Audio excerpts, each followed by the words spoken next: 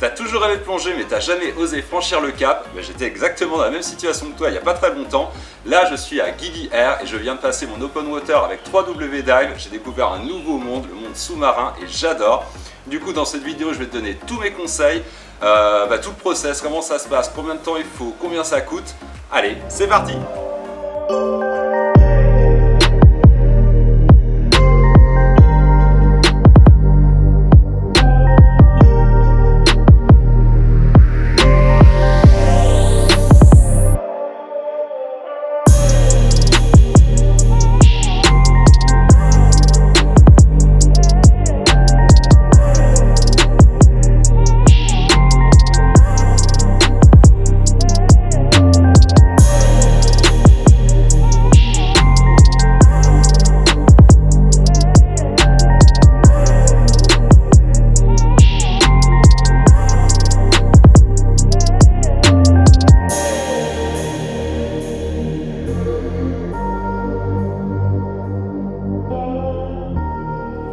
Alors c'est parti pour cette vidéo qui normalement va te convaincre d'aller t'inscrire dans un centre de plongée dès que possible. Premièrement, pourquoi plonger au Gili's? Alors là on est à Gili Air avec Franck, on est blogueur voyage, qui nous rejoint depuis peu. Donc on est blogueur voyage depuis des années, on est créateur de contenu pour les offices de tourisme, on crée nos propres projets. On est blogueur, donc on a un blog qui compile toutes nos astuces, tous nos conseils voyage, des itinéraires de découverte en France, en Europe et dans le monde entier. Et là, pendant la crise du Covid, on est en ce moment au mois de novembre 2020, on a décidé de passer toute cette crise en Indonésie. On était au Vietnam au mois de février 2020 et là on a décidé du coup de se confiner à Bali, une île qu'on aime vraiment beaucoup. Et après 5 mois à Bali, on s'est dit qu'on avait envie de changer un petit peu d'air, donc on s'est posé à Gili Air. Donc les Gili dépendent de Lombok, c'est l'île voisine de Bali, dans l'archipel indonésien. Et au large de l'île de Lombok, il y a des petits îlots qu'on appelle les Gili. Au nord, il y a Gili Air, Gili Meno et Gili Trawangan. Et cette fois-ci, on s'est posé à Gili Air, qui est dédié à ceux qui veulent justement apprendre à plonger. C'est une ambiance chill and relax. Il y a Trawangan qui est plutôt pour les fêtards, les plus jeunes. Meno plutôt pour ceux qui sont en couple, en lune de miel et qui veulent se poser. Et Gili Air, c'est justement l'intermédiaire. Donc on peut venir ici pour plonger, faire la fête, se reposer, louer une villa très sympathique. En tout cas, toutes ces infos qui concernent les Gilis, Bali et Lombok, tu peux les retrouver sur notre blog. Il suffit d'aller cliquer ici. Alors nous voici arrivés à Gili Air et là je me dis que c'est quand même l'endroit idéal pour apprendre à plonger. Pourquoi? Parce que ici les conditions sont juste parfaites, on peut plonger vraiment toute l'année, c'est encore mieux entre avril et novembre. La température de l'eau est toujours autour de 28-29 degrés, à l'extérieur autour de 30, donc c'est vraiment idéal. L'eau est d'une clarté incroyable quasiment tous les jours. Le corail, même s'ils ont été beaucoup endommagés pendant les dernières années à cause de la pêche à la bombe, il commence à renaître. Il y a quand même de belles surprises à faire. On peut bien sûr nager avec des tortues, j'ai aussi croisé quelques requins. Enfin bref, c'est un monde idéal, c'est l'endroit parfait pour apprendre à plonger. Surtout le point clé numéro 1 si tu t'engages dans ce process de l'open water, c'est de trouver le centre de plongée qui te convient, parce que la confiance avec ton instructeur, avec le centre, c'est vraiment la clé. Être sûr que tu t'entends bien avec l'instructeur, avec le centre, que les consignes de sécurité sont vraiment bien respectées. Moi j'ai été voir 3W Dive, donc à Gili Air, j'ai été d'abord discuter avec eux, le feeling est super bien passé, j'ai vu qu'ils étaient pédagogues, que la sécurité c'était vraiment le point numéro 1 pour eux. Et du coup je me suis lancé d'abord dans un baptême, donc le baptême c'est une initiation à la plongée. C'est-à-dire que tu vas apprendre les bases des règles de sécurité en piscine. S'ensuit ensuite une plongée en mer pour valider tout ça. Et cette initiation te permet de voir si tu es à l'aise, si tu es confiant, si vraiment ça correspond à ce que tu imaginais, et de poursuivre ensuite avec une certification Open Water, ou bien de t'arrêter là. Et la plongée du coup qui est dans le baptême sera incluse dans la suite de la formation Open Water. L'Open Water, c'est une certification des centres de plongée qui dépend soit de PADI, soit de SSI, hein, c'est les deux groupes internationaux qui gèrent en fait toute la plongée sous-marine, les réglementations, etc. Là, le centre de plongée est affilié SSI, mais finalement, ça ne change pas grand-chose. L'important, c'est de trouver vraiment le centre qui te convient. L'Open Water, c'est une certification qui va te permettre de plonger jusqu'à 18 mètres de profondeur avec une personne qui a au moins le même niveau que toi, c'est-à-dire l'Open Water. Et ensuite, après, si tu veux aller plus loin, il y a des cours supplémentaires, des spécialités pour plonger un petit peu plus profond, plonger au cœur des épaves, faire des plongées de nuit, etc. Mais revenons vraiment à l'Open Water qui est vraiment le point clé de cette vidéo. Alors l'Open Water, concrètement, comment ça se passe? Alors déjà, c'est une formation qui dure à peu près 2 jours et demi, 3 jours, qui va te coûter ici, si tu viens au Gillies, à peu près 5,9 millions de roupies, c'est-à-dire 350 €. Hein. C'est aussi un point important ici quand on vient au Gillies. Le prix de l'Open Water est un peu moins cher que dans le reste du monde. Ensuite, le process, en fait, on commence bien sûr par tout ce qui est administratif, remplir quelques papiers, un certificat médical. D'ailleurs, c'est mieux si tu en as un de ton médecin traitant. C'est mieux pour la sécurité, pour savoir si vraiment tu es apte à la plongée. Même si c'est un sport qui n'est pas vraiment très intense, hein, il suffit d'être en bonne santé et de bien se sentir dans l'eau, hein, d'être à l'aise, de savoir nager, de savoir flotter. Ensuite, tu vas regarder une vidéo explicative qui te donne du coup les points clés, les règles de sécurité. Et là, commencent les exercices en piscine. Alors les exercices en piscine, tu vas commencer à te familiariser avec le matériel, ta bouteille de plongée, ton gilet stabilisateur, le masque, le détendeur. Et en piscine, tu vas surtout apprendre justement à respirer pour la première fois dans l'eau, à maîtriser ta flottabilité, hein, parce que quand on est dans l'eau, bien sûr, on a notre poids, mais on a aussi la poussée d'Archimède qui nous pousse vers le haut, donc il faut trouver le bon point d'équilibre pour être à l'aise.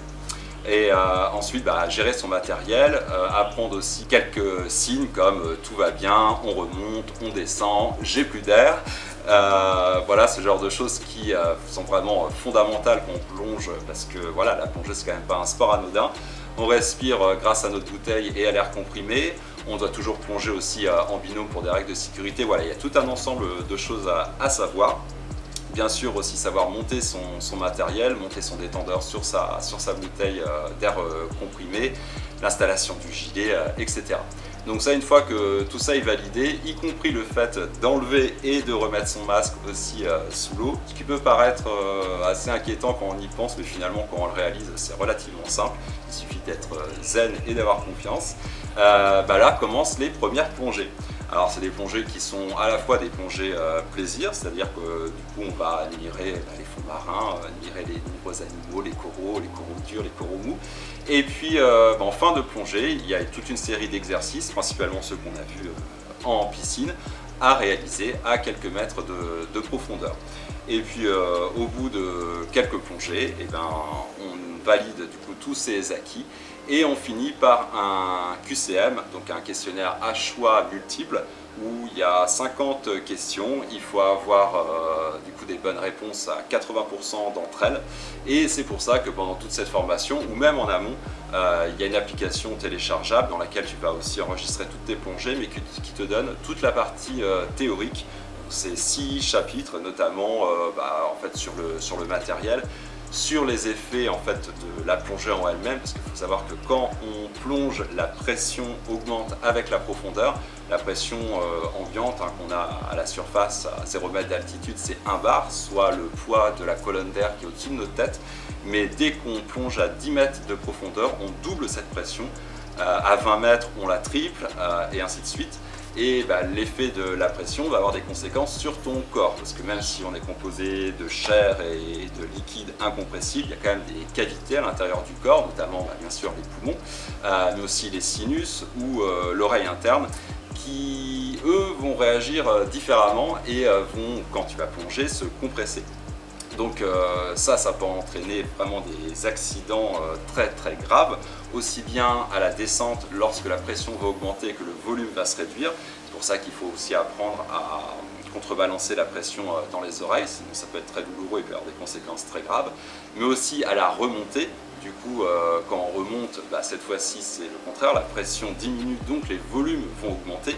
C'est-à-dire que le volume que tu as dans tes poumons va pouvoir se dilater, prendre plus de place et faire du mal à tes poumons. C'est pour ça qu'il faut toujours respirer en continu sous l'eau. Et donc voilà, il y a tout ce mécanisme à comprendre, à assimiler, les conséquences graves qui peuvent en découler et comment justement gérer les problèmes qui peuvent arriver sous l'eau, c'est-à-dire un problème technique, un problème avec la bouteille, avec le détendeur qui t'apporte l'air à pression ambiante dans ta bouche. C'est pour ça qu'il faut toujours plonger en binôme.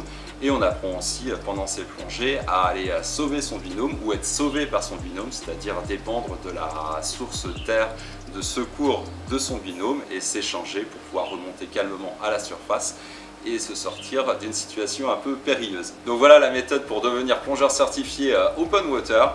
Donc finalement rien de bien sorcier. Moi c'est vrai qu'avant de commencer j'ai l'impression que ça allait être un petit peu compliqué. Dans le style de l'apprentissage pour le code pour passer son permis de conduire, c'est quand même beaucoup plus simple. Moi en 2 demi-journées j'avais lu à peu près toute la partie théorique. Ensuite, les questions elles sont déjà présentes dans le questionnaire, donc il suffit de s'entraîner, tu vas discuter avec ton instructeur, avec tes potes de plongée, etc. Donc finalement ces notions-là, tu vas les intégrer assez vite. Puis c'est assez ludique et c'est très enrichissant aussi, en fait tout ce qu'on apprend dans cette partie théorique. Donc c'est quelque chose qui se fait assez naturellement. Ensuite, avec ceux qui ont peut-être l'appréhension de se retrouver sous l'eau et de respirer par le biais d'un détendeur et d'une bouteille, c'est quelque chose pareil qui vient assez naturellement. Dès qu'on fait les entraînements en piscine, on voit que voilà, l'air circule naturellement, on inspire, on expire. Il faut vraiment avoir une respiration très calme, une respiration yoga comme on dit, c'est-à-dire des lentes inspirations, des lentes expirations dans un rythme régulier et continu. Donc il n'y a vraiment rien de compliqué, il faut être zen et surtout ne pas s'énerver, ne pas être brusque, puisque ça va jouer aussi sur ta consommation en air. On a un volume limité de par le volume de la bouteille qu'on transporte avec nous en plongée, et donc plus tu es calme et moins tu consommes d'oxygène, plus ta plongée va pouvoir durer longtemps. Ensuite, il y a, je ne vous en ai pas parlé dans la première partie, mais tout ce qui concerne la notion de respirer de l'azote. Il y a de l'azote qui est aussi présent dans l'air qu'on respire ici en surface, mais plus on va plonger profondément, plus la part d'azote va être importante dans l'air qu'on respire.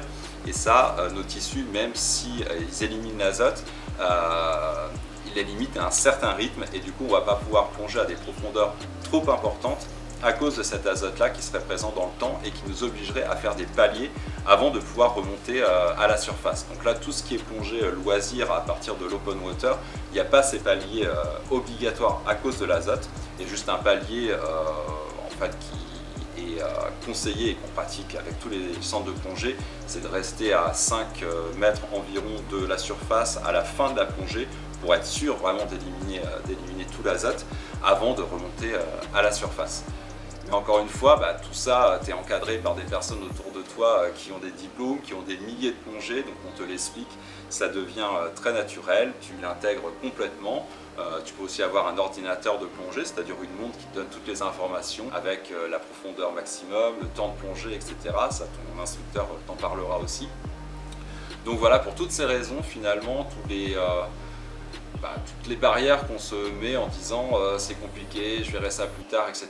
Là c'est cool, c'est finalement relativement assez simple. Donc vraiment si tu as ça en toi et que tu as envie de plonger, fonce.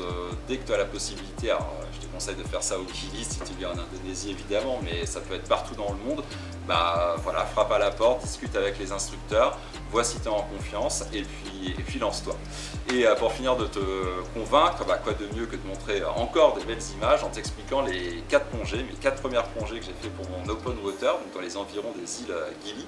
Alors il y a des dizaines, j'ai envie de dire des dizaines de sites de plongée, et en fonction de la météo, des courants, de ton envie, on peut choisir des sites de plongée différents. Moi j'ai eu la chance d'en faire plusieurs depuis mon open water, mais les 4 que j'ai fait, les 4 premières plongées, elles sont vraiment magiques. C'est là où j'ai eu mes premières sensations, et j'ai envie de partager tout simplement ça avec toi. Donc pour ma première plongée, qui était d'ailleurs celle de mon initiation, celle du baptême, et comme je vous l'ai dit, qui est incluse ensuite dans la formation quand tu décides de continuer avec l'open water, on a été à Hans Reef, qui est au large du nord de Gili Air, Et alors c'était un site incroyable. Là il n'y avait pas beaucoup de coraux, c'était vraiment beaucoup de sable avec 2 pinacles. C'est comme si c'était 2 collines sous-marines.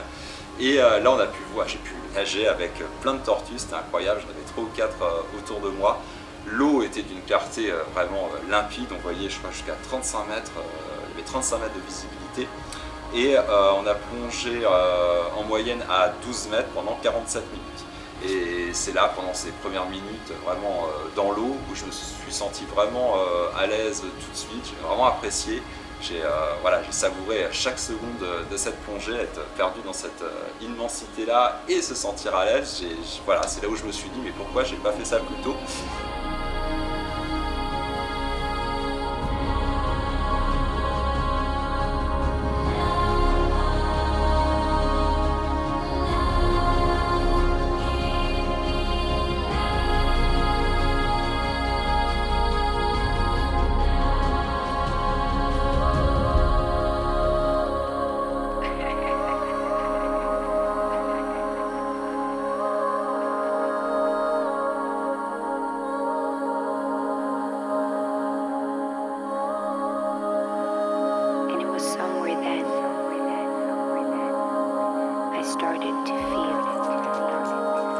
Et j'ai directement enchaîné du coup avec la deuxième plongée. On était à Turtle Heaven, le paradis des tortues, et comme son nom l'indique, on croise plein de tortues.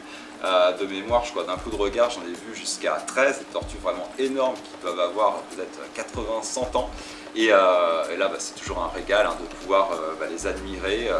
Il y en a une qui est passée juste au-dessus de moi, c'était vraiment fantastique. Et là pour cette plongée, c'était pas très profond, c'était aussi dans les 12 mètres, on est resté 3 quarts d'heure et là on a commencé les premiers exercices, comme par exemple remplir son masque à moitié d'eau et être capable de l'enlever. Alors c'est pareil, ça c'est un truc qui paraît hyper compliqué quand on l'écoute, mais quand on le réalise c'est assez simple. Il y a juste un geste simple à faire, c'est de maintenir le haut de son masque et d'incliner la tête un petit peu vers l'arrière et souffler par le nez, et tout simplement l'air expiré par le nez va chasser l'eau du masque et on se retrouve avec un masque complètement sans eau.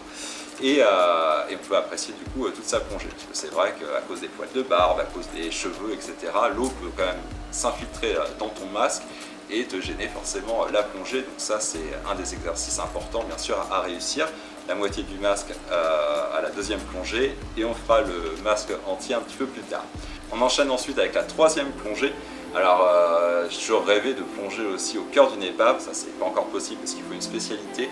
Mais il y a quand même une épave, pas d'un navire, mais d'un énorme ponton qui était le ponton d'accès au navire Bounty. Donc le site s'appelle le Bounty Wreck.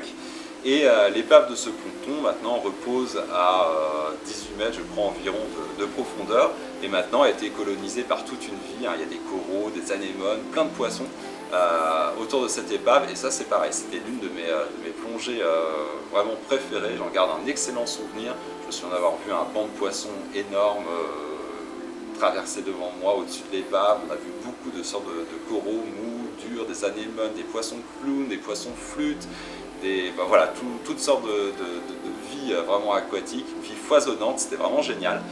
Là encore on a continué les exercices, là cette fois-ci je crois que j'ai dû enlever mon masque complètement et aussi valider l'exercice où on doit aider son binôme au cas où il a un problème technique avec sa bouteille, avec son détendeur, et donc on doit lui apporter la source d'air puis remonter doucement. Donc c'est ici où j'ai validé aussi cet exercice. Et enfin, la quatrième et dernière plongée de l'open water, ça s'est déroulé à Alik Reef. Donc reef, un récif, c'est une sorte de mur, un tombant que l'on suit. Alors il y avait un petit courant, donc ça c'est assez sympa quand il y a un petit courant, pas trop fort, parce qu'on peut suivre du coup le courant sans se fatiguer et admirer toute la vie qui est le long du récif, le long du tombant. Et là, c'était une plongée qui était quand même assez incroyable, parce que c'est une zone où on peut voir des bébés requins. Pour voir les requins plus conséquents, il faut aller un petit peu plus profondément. Là, on devait être à 15-18 mètres. Et dans des cavités comme ça du tombant, on a vu plusieurs bébés requins. Alors des bébés requins quand même de 1 mètre 50, c'est toujours impressionnant. Mais franchement, c'est un instant dont je me souviendrai toute ma vie, c'était vraiment magique. Ce qui m'a d'ailleurs motivé à faire la spécialité les jours qui ont suivi, c'est-à-dire d'aller plonger un petit peu plus profondément autour des 30 mètres. Là, c'est encore d'autres sensations, puisque là, la surface s'éloigne, on la distingue plus, les couleurs changent à cause de l'absorption. Il y a toutes les couleurs, hormis le bleu et le violet, qui sont absorbées, donc on est vraiment dans un univers bleuté, violet, c'est indescriptible. Mais ça, c'est une spécialité, donc c'est en dehors de l'open water. Donc voilà pour les plongées et les exercices que j'ai dû faire pendant ces plongées pour valider mon open water. Et après cette dernière plongée, j'ai donc passé le QCM, un QCM de 50 questions qui concerne aussi bien les règles de sécurité, d'écologie, de matériel, etc.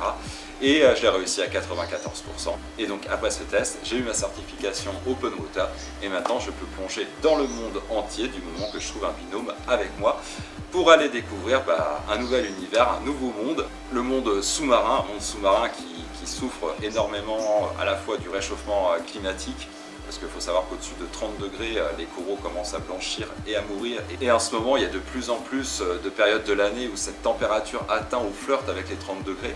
Il y a aussi le phénomène des plastiques, des micro-particules de plastique qu'on retrouve dans les océans. J'en ai vu aussi, on essaye aussi d'enlever les plastiques quand on les trouve. Donc voilà, c'est un monde qu'on découvre, qu'on apprend à connaître, qu'on apprend à aimer. Encore une fois, on le défend mieux quand on le connaît, et la plongée, c'est le meilleur moyen de l'appréhender. Et concernant en fait le centre 3W Dive, je vous l'ai peut-être pas dit, mais c'est un centre francophone, donc tu trouveras toujours un instructeur francophone, ce qui peut encore te mettre plus en confiance pour tout ce qui est explication technique. Et ils sont vraiment aussi investis dans la préservation de l'écosystème sous-marin qui entoure les Gillies, notamment grâce à leur ferme de corail que j'ai pu visiter lors d'une plongée aussi. C'est-à-dire que grâce à la technique de fragmentation, c'est-à-dire qu'ils prennent un bout de corail, d'un corail mère, à partir de là, ils le mettent sur des tables sous l'eau, à peu près à 5 mètres, pour que ce bébé corail puisse se développer. Et une fois que ce bébé corail a atteint une taille suffisante, on va le replanter sur le récif pour le densifier ou pour qu'en crée des nouveaux. Et donc c'est une technique qui marche plutôt pas mal. J'ai eu l'honneur d'ailleurs de planter mon premier bébé corail, donc ça c'était encore un gros moment que j'ai vécu grâce à 3W Dive, c'était génial. Voilà, donc pour toutes ces raisons, si tu viens en Indonésie, à Bali et au Gili, et que tu rêves de plonger, franchement c'est un centre que je te recommande, les yeux fermés. J'ai passé vraiment d'excellents moments avec eux, et d'ailleurs ça continue parce qu'on est toujours au Gili. D'ailleurs si tu te demandes où dormir, tu peux aller voir cet article ici sur les Gili, où dormir et que faire. Nous, ça fait quelques semaines qu'on est à Villa Apalagi. Ce sont plusieurs villas avec piscine privée qui sont au nord de l'île, donc le coin le plus calme. On adore l'architecture, on s'y sent très bien, et puis c'est parfait pour potasser sa théorie avant de filer au centre pour faire quelques plongées. Voilà, j'espère que ça t'a plu. N'hésite pas à nous laisser un petit commentaire, nous dire ce que tu en penses, est-ce que tu es plongeur ou pas, est-ce que cette vidéo t'a convaincu de t'inscrire à un centre de plongée la première fois que tu viendras dans le coin, ça me ferait vraiment plaisir d'avoir ton avis. Tu peux nous suivre aussi sur tous les réseaux sociaux où on partage nos aventures en direct en Indonésie en ce moment pendant une durée indéterminée, mais sinon partout dans le monde, sur tous les réseaux, Facebook, Twitter, Instagram, et bien sûr ici sur cette chaîne YouTube où tu peux t'abonner si ce n'est pas déjà fait. En attendant, je te dis à très vite pour de nouvelles aventures ici en Indonésie ou ailleurs.